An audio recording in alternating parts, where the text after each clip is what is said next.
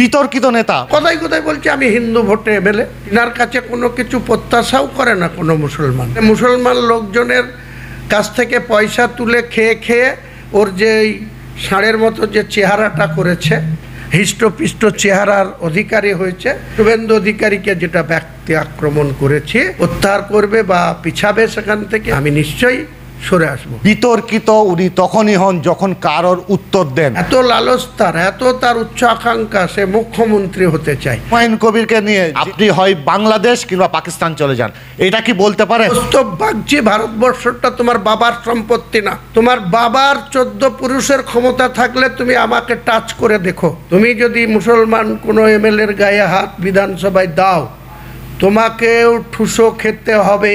ঢিল মারলে আমি পাটকেল মারবো, তাতে আমার যা হবে হবে।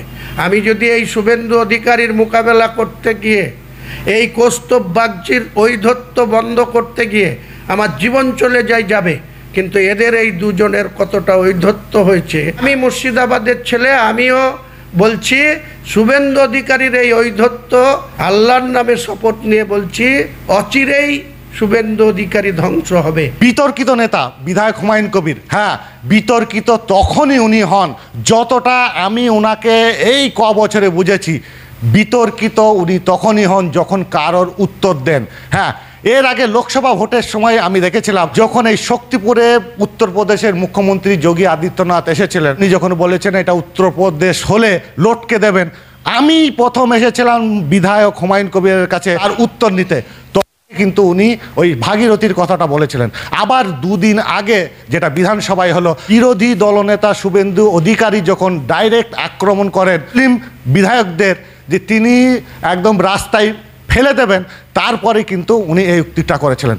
এই নিয়ে বিধায়ক হুমায়ুন কবির কি নিজের জায়গায় অটুট আছেন? গণতন্ত্রর নামে শুভেন্দু অধিকারী যেভাবে বিগত 1 বছর ধরে শুধু লোকসভা ভোটে 18 থেকে 12তে নেমে আসার পর থেকে আর 2021 সালে মাত্র 1956 ভোটে মমতা ব্যানার্জিকে নন্দীগ্রামে এক কথায় জোর করে কেন্দ্রীয় ফোর্সদেরকে ব্যবহার করে মমতা ব্যানার্জিকে 1956 ভোটে হারিয়ে প্রতি পদে পদে মমতা ব্যানার্জিকে হারিয়েছে। তার যে দাম্ভিকতা, তার যে ঔদ্ধত্য সে আস্ফালন করছে প্রত্যেকটা পদ্ধতি। সে কোথায় কোথায় বলছে আমি হিন্দু ভোটে এমএলএ।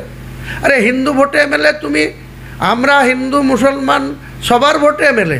তুমি হিন্দু ভোটে শুধু এমএলএ হয়ে তুমি যদি একটা তোমার সমকক্ষ একজন এমএলএকে তুমি যদি বলো রাস্তায় চ্যাংদোলা করে ফেলবো, সেই অধিকার তোমাকে কে দিয়েছে? তুমি যদি আমাকে চ্যাংদোলা করে রাস্তায় ফেলতে পারো, আমি তাই বলেছিলাম যে তোমাকেও আমি বিধানসভার লবিতে তোমার ঘরের সামনে তোমাকে ঠুসে দেব। আমি এখনও বলছি সেই কথা থেকে আমি তখনই পিছু হটব যখন সে মুসলিম এমএলএদের চ্যাংদোলা করে রাস্তায় ফেলার কথা প্রত্যাহার করবে বা পিছাবে সেখান থেকে, সেই বক্তব্য থেকে সরে আসবে। আমিও শুভেন্দু অধিকারীকে যেটা ব্যক্তি আক্রমণ করেছি সেখান থেকে আমি নিশ্চয়ই সরে আসব। এটা হচ্ছে আমার পরিষ্কার কথা। বাংলার রাজনীতিকে কলুষিত করার জন্য, বাংলার আইন শৃঙ্খলাকে অবনতি করার জন্য প্ল্যান মাফিক রাজ্যের বিরোধী দলনেতা বিজেপির নেতা শুভেন্দু অধিকারী যেভাবে ওপেন বুক চিতিয়ে সব জায়গায় তিনি একটা নির্বাচিত জনপ্রতিনিধি, সেটা তিনি ভুলেই যাচ্ছেন।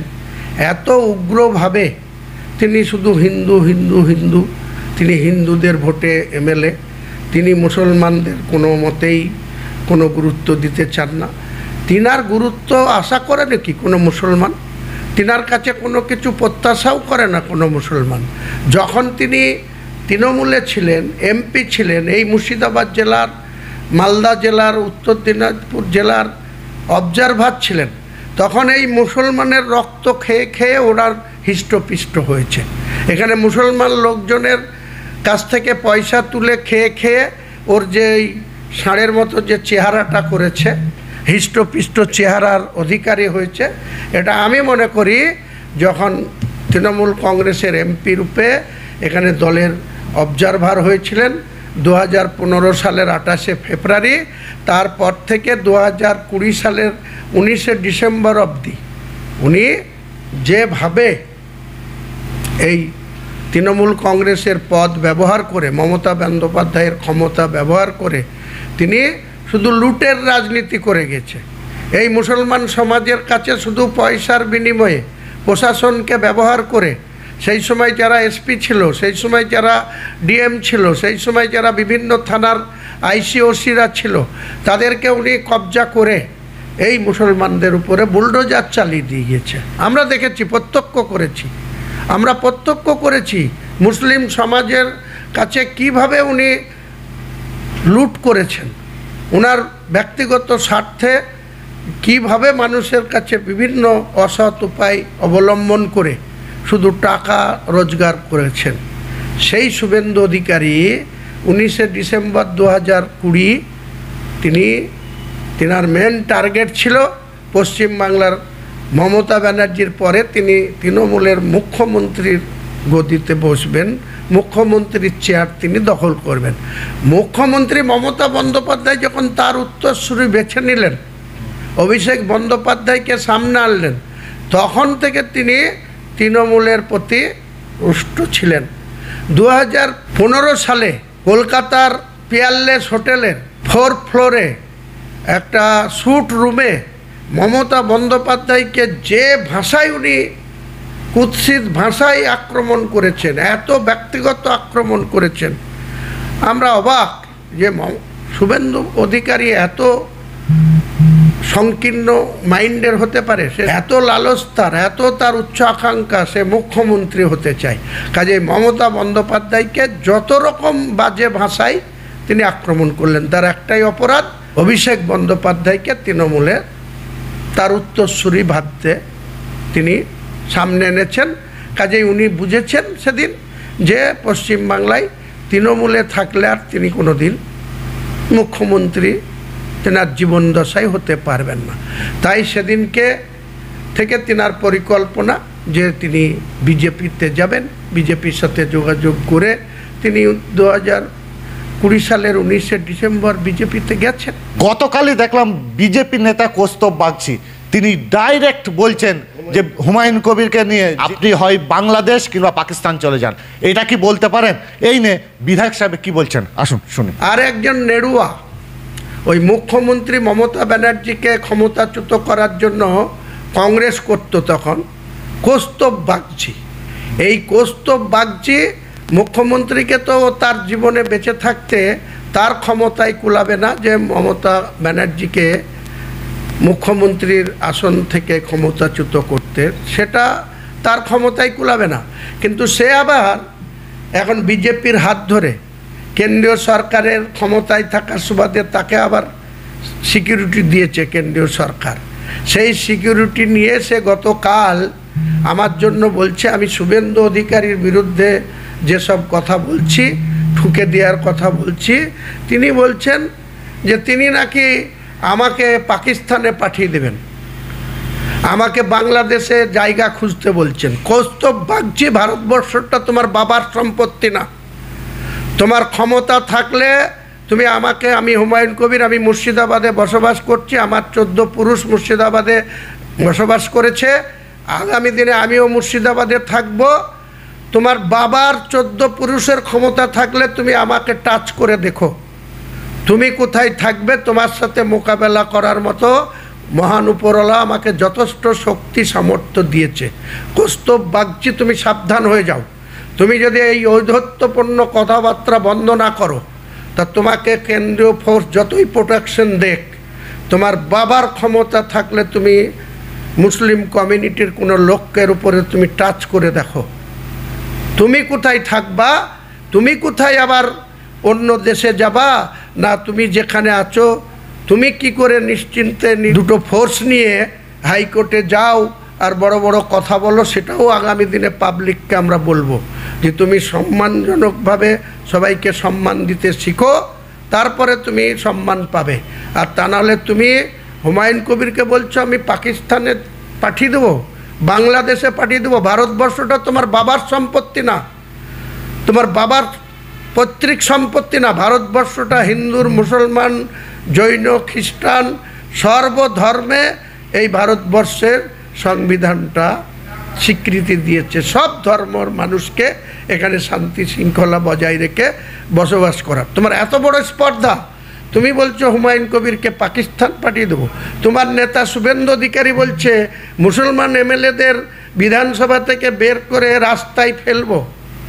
আমি আবার বলছি, তুমি যদি মুসলমান কোনো এমএলএর গায়ে হাত বিধানসভায় দাও, তোমাকেও ঠুসো খেতে হবে। আমি ঢিল মারলে আমি পাটকেল মারবো, তাতে আমার যা হবে হবে।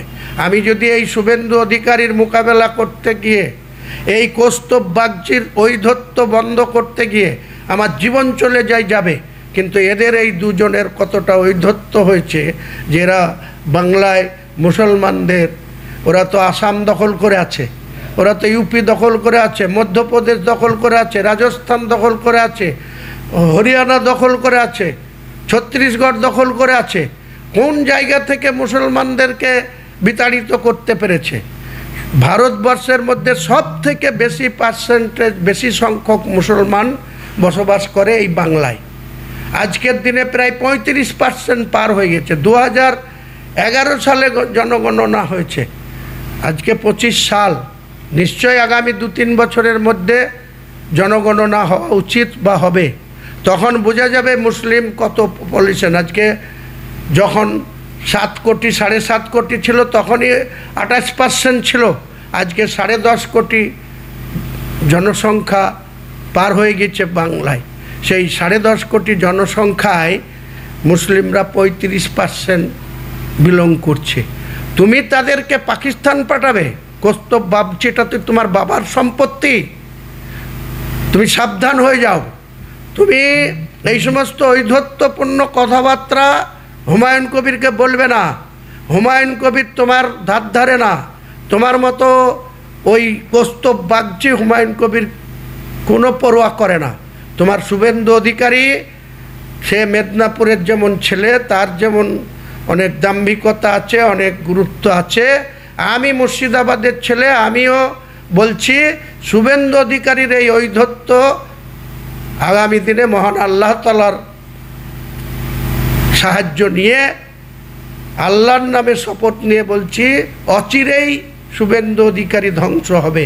অচিরেই কৌস্তব বাগচির মতো বেঈমান, কৌস্তব বাগচির মতো সাম্প্রদায়িক এই সমস্ত কেন্দ্র সরকারের সিকিউরিটি নিয়ে তাদের এই ঔদ্ধত্য, মহান আল্লাহ তাআলার কাছে দোয়া চাইব, এরা যেন অচিরেই ধ্বংস হয়, ধ্বংস হয়, ধ্বংস হয়।